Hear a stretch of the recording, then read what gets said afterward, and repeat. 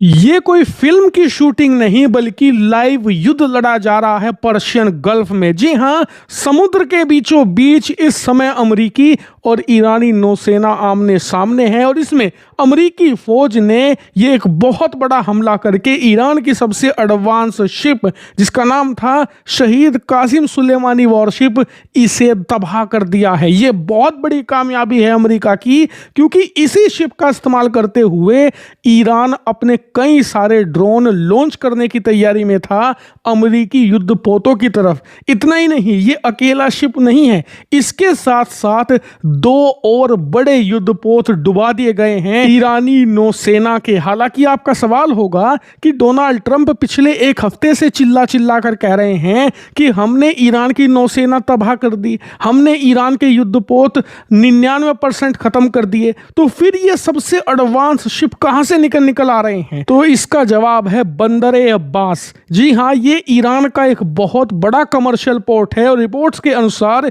यहीं पर सैटेलाइट से बचाते हुए कई हैंगर बना रखे थे ईरान ने, जो सैटेलाइट इमेज और कई प्रकार के ड्रोन भी पकड़ नहीं पा रहे थे, और इन्हीं के अंदर छुपा कर रखे गए थे ये युद्धपोत जो धीरे धीरे अब निकाल रहा है ईरान। इतना ही नहीं, कई और पोर्ट्स हैं जहां पर उन्होंने कई और युद्धपोत छिपा कर रखे हुए हैं जिन्हें वो धीरे धीरे निकाल रहे हैं।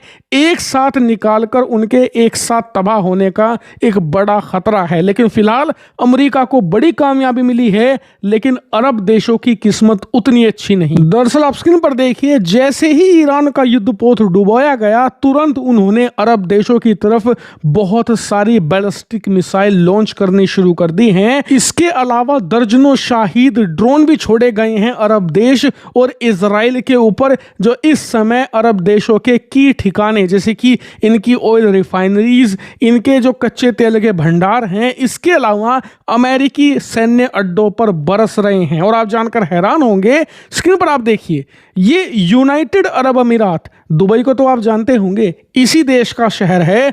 यूनाइटेड अरब अमीरात ने खुद ये डाटा दिया है जिसमें उन्होंने बताया कि युद्ध की शुरुआत से लेकर आज शाम तक उसके ऊपर ईरान ने 1440 ड्रोन फायर किए हैं, जिसमें से उन्होंने 1359 ड्रोन मारकर गिरा दिए हैं, जबकि 81 ड्रोन उसकी जमीन पर हमला करने में कामयाब हुए हैं, जो कि एक ठीक ठाक रेशो है, क्योंकि 81 शाहिद ड्रोन का मतलब है 81 अलग अलग तबाही। बात यही नहीं, इसके अलावा 8 क्रूज मिसाइल दागी गई थी, 8 की 8 यूएई ने मारकर गिरा दी। बैलिस्टिक मिसाइलें 253 दागी गई थी, जिसमें से 233 मारकर गिरा दी, 18 उसके ऊपर आकर गिरी हैं। और हाँ, ये डाटा सारे अरब देशों का नहीं है, अरब के सिर्फ एक देश का है। यूएई के अलावा इस समय बहरीन, कतर, सऊदी, कुवैत, ये ऐसे देश हैं जिनके ऊपर यूएई से भी ज़्यादा हमले हुए हैं। यानी कि अगर आप टोटल जोड़ोगे तो ड्रोन हमलों की संख्या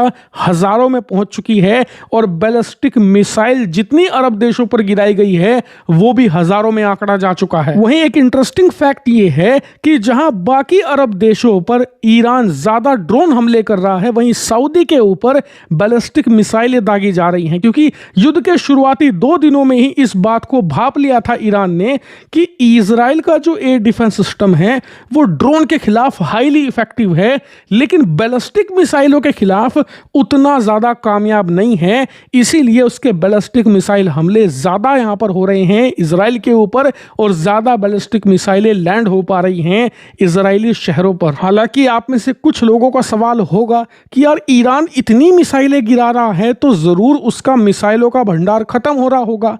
तो जवाब है नहीं।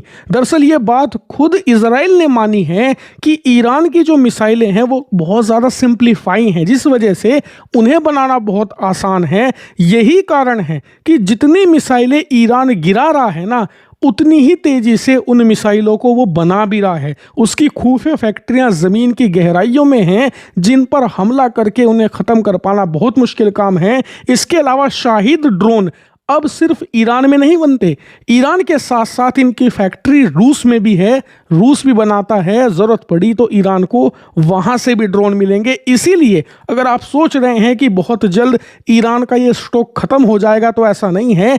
ईरान अमेरिका से, इजराइल से लड़ने की तैयारी 30 सालों से कर रहा है और इस 30 सालों में उसने सिर्फ एक ही चीज़ बढ़ाई है, मिसाइल और ड्रोन का बहुत बड़ा जखीरा, वो भी ज़मीन के इतनी गहराई के अंदर, इतने बड़े पैमाने पर कि कई जगह तो उन्हें ज़मीन की गहराइयों में दबा मिसाइल सिटी तक कहते हैं। और अब देखने वाली बात यह होगी कि इजराइल और अमेरिका के साथ साथ अरब देश ईरान के इस थ्रेट को कैसे काउंटर कर पाते हैं।